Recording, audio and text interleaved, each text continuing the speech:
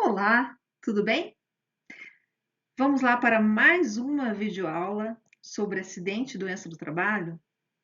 Essa é a terceira videoaula. Eu estou gravando 3 videoaulas por tema, né? Então, eu gravei 3 videoaulas sobre sistemas, regimes de compensação, e agora eu estou na terceira videoaula sobre acidente de trabalho. Hoje eu vou falar especificamente de doença do trabalho, tá? Quando a gente fala de doença do trabalho, assim como acidente de trabalho, a gente tem efeitos pela legislação previdenciária, pela Lei 8.213 e também pelo Código Civil.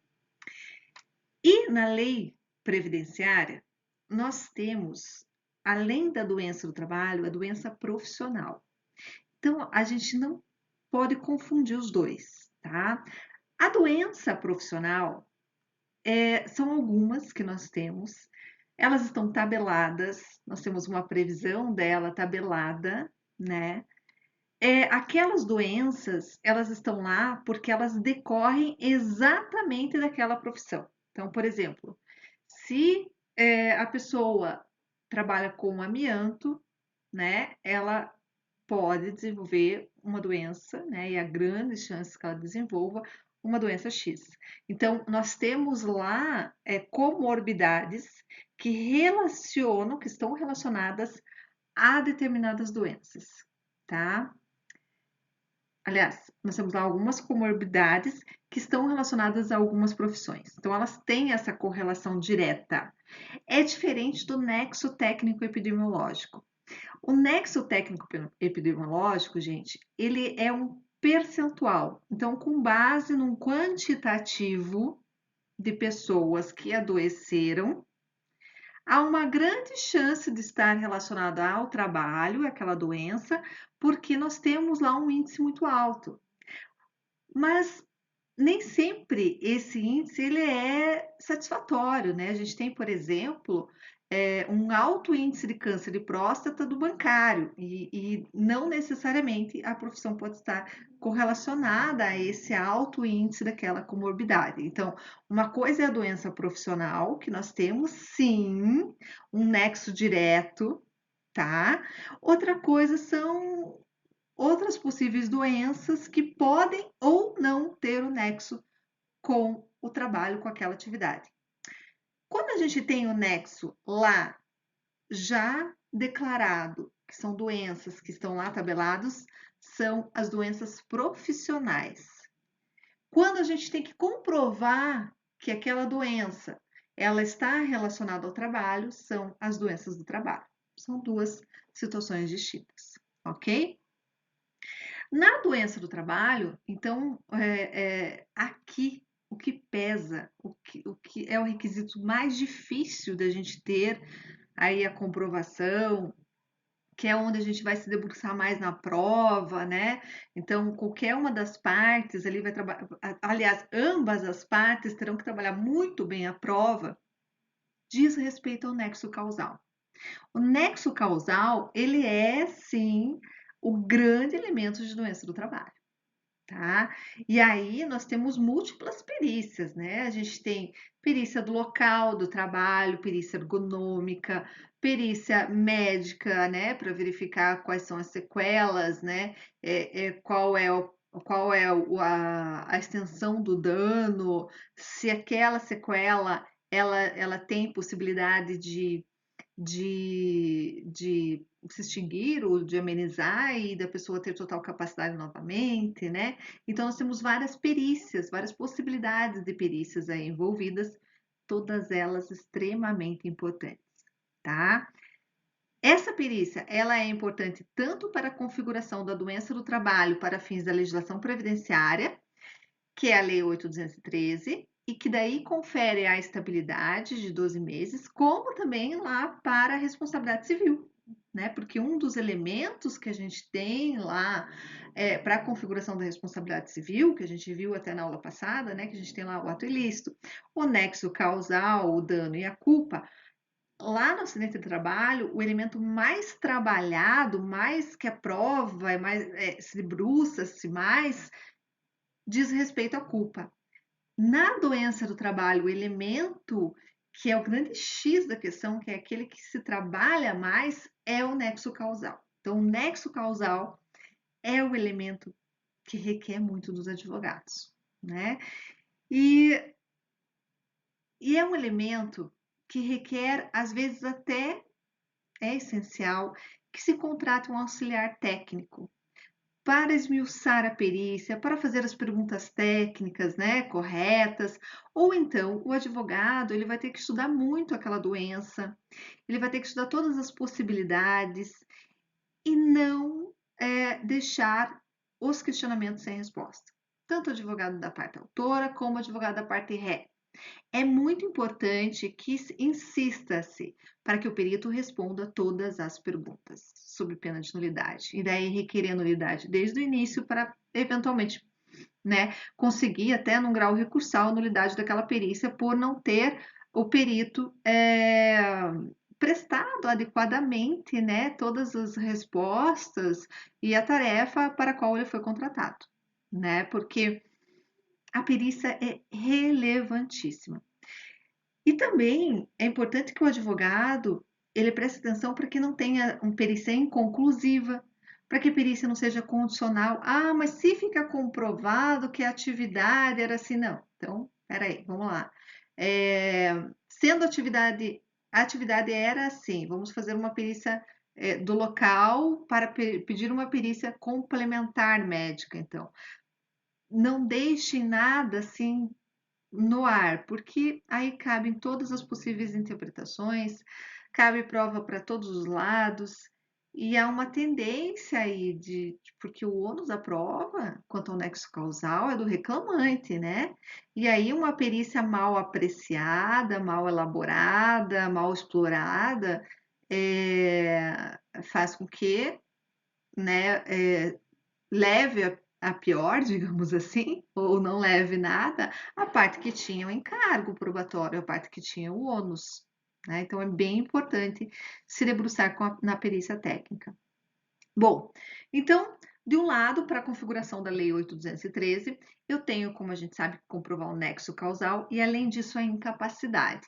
Então, a gente sempre tem o elemento da incapacidade para se ter direito à estabilidade. Mas aí que tá, nem sempre a incapacidade ela ocorre durante a relação de emprego.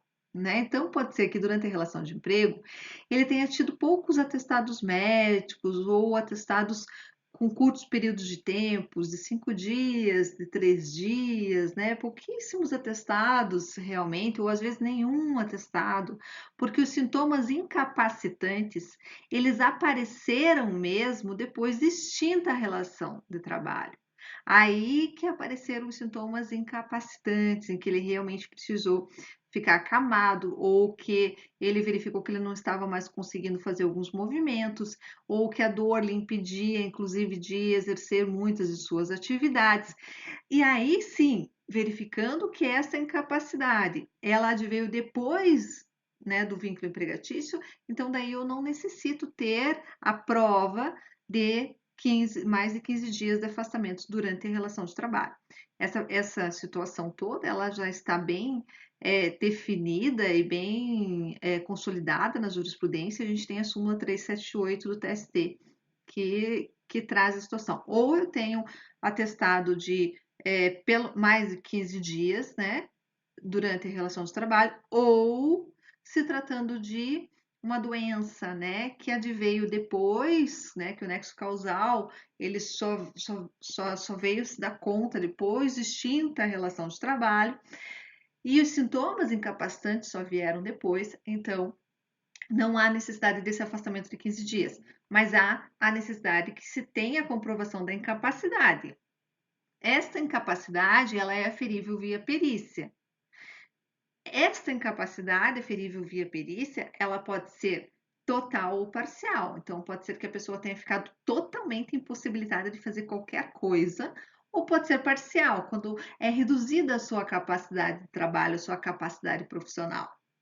Né? Então, eu posso ter total ou parcial. Ela pode ser permanente para o resto da vida, ou ela pode ser temporária, apenas por um determinado período, ok? E daí, se ela é após a extinção do vínculo empregatício, eu não tenho essa necessidade de que seja pelo menos 15 dias, ok? Isso com relação à Lei 8.213, tá? Agora, para a questão da responsabilidade civil, nós temos uma outra discussão bem relevante. Qual é? Há a possibilidade de se inverter o ônus da prova com relação à culpa da ré. Essa culpa, ela seria presumida. Nós temos teoria do risco, responsabilidade objetiva em casos de doença do trabalho, né? São questionamentos que advêm. Por que advêm esses questionamentos? Porque, é claro, é muito difícil você comprovar a culpa do empregador em casos de doença do trabalho. Realmente é bem difícil. Mas o ônus, via de regra, o ônus da prova realmente é do empregado. O que acontece, gente? O que cabe aí o advogado do empregado se debruçar e demonstrar essa culpa? Como que ele consegue fazer isso? Uma vez que você tem a prova do nexo causal, que ele seja bem explorado, gente, não é que presume-se a culpa da ré, mas há um indício muito forte da culpa da ré. Ou seja, se essa pessoa ela desenvolveu uma doença em decorrência de suas atividades, significa que algo está errado nas atividades dessa empresa. Tem alguma coisa que não está batendo, né? Ainda que seja um nexo concausal, que aquelas atividades laborais elas contribuíram, não foi assim decisivo, mas elas tiveram uma contribuição, significa que tem algo ali que precisa ser ajustado dentro dessa empresa. E aí você tem que explorar isso sempre. Se há um nexo causal, há um indício muito forte de culpa. O que pode se somar a esse indício? O que é suficiente a se somar com esse indício? A ré não comprovou adequadamente as normas de medicina e segurança do trabalho, não houve aqui a demonstração que haviam ginásticas laborais frequentes, que havia uma preocupação a respeito disso pelo empregador, não houve uma preocupação em adequar o ambiente de trabalho da empregada durante muitos anos, exercendo aquela mesma função, com aqueles mesmos movimentos, né? Não houve pela parte da ré a submissão a exames, né? A gente tem lá, né, no PCMCO e no PPRA, a gente tem todos aqueles exames que o empregado precisa fazer. Então, não é só o admissional e demissional, a gente tem os periódicos, né? E não houve por parte, de repente, desse empregador que esses exames periódicos fossem completos, que levassem em consideração aqueles movimentos, aquelas atividades que aquele empregado exercia, né? Então, tudo isso tem que ser explorado pelo advogado do reclamante. Né? Ele tem que trazer algo que se some a esse indício de culpa que ficou caracterizado pelo nexo causal. Tá? Então não é automático, mas é como se o nexo causal desse um empurrãozinho para a culpa. Né? Está quase lá, falta pouco aqui para a gente fechar a culpa do empregador, ok? Então, isso tem que ser trabalhado, na verdade, não é automático, não há inversão do ônus da prova, a gente não tem essa possibilidade pela hipossuficiência, enfim, isso já foi superado. Não temos teoria do risco para doença do trabalho, né? É muito difícil a gente ouvir falar disso. O que a gente tem de teoria do risco é nas doenças profissionais, aí, claro, né? Daí a gente tem uma responsabilidade objetiva, aí um nexo causal direto e a responsabilidade objetiva do empregador, no caso das doenças profissionais, tá? Então é isso que eu queria falar para vocês a respeito do doença do trabalho. A gente tem muita coisa para conversar, para aprofundar mais para frente, mas a princípio era esse panorama que eu queria traçar com vocês, tá bom? Aguardo vocês com a próxima temática.